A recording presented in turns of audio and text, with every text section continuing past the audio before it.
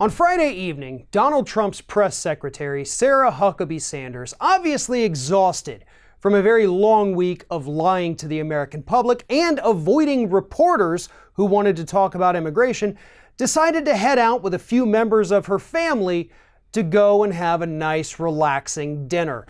Unfortunately for them, they weren't able to exactly do that because the restaurant they chose, the Red Hen in Virginia, decided not to serve Sarah Huckabee Sanders.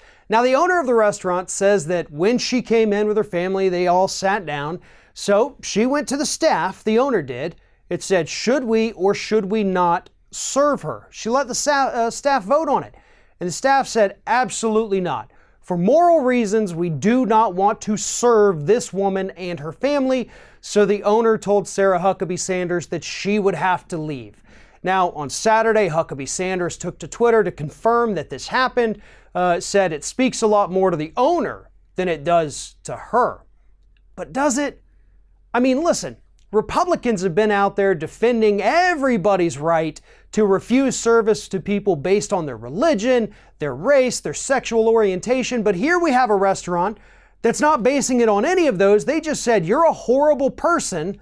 I am a private establishment who can refuse service to anyone I want so long as it's not discrimination, and that's what I'm doing. I am exercising my legal right to kick you out of my establishment.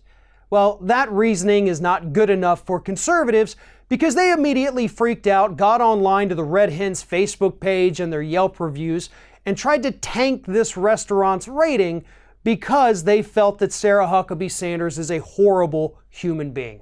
And again, the difference here, because a lot of them are trying to compare it to the religious guy that wouldn't bake a wedding cake for the gay couple, it's not the same. There was open discrimination in that case. If you say, I'm not going to serve you because of your sexual orientation, your race, religion, anything else, that is illegal discrimination. But if you say, I'm not going to serve you because you're a lying piece of crap, that's not illegal. There's nothing wrong with that. That's not stifling anybody's free speech. That's not infringing on any of their rights. That's just a private business owner doing what they are legally allowed to do.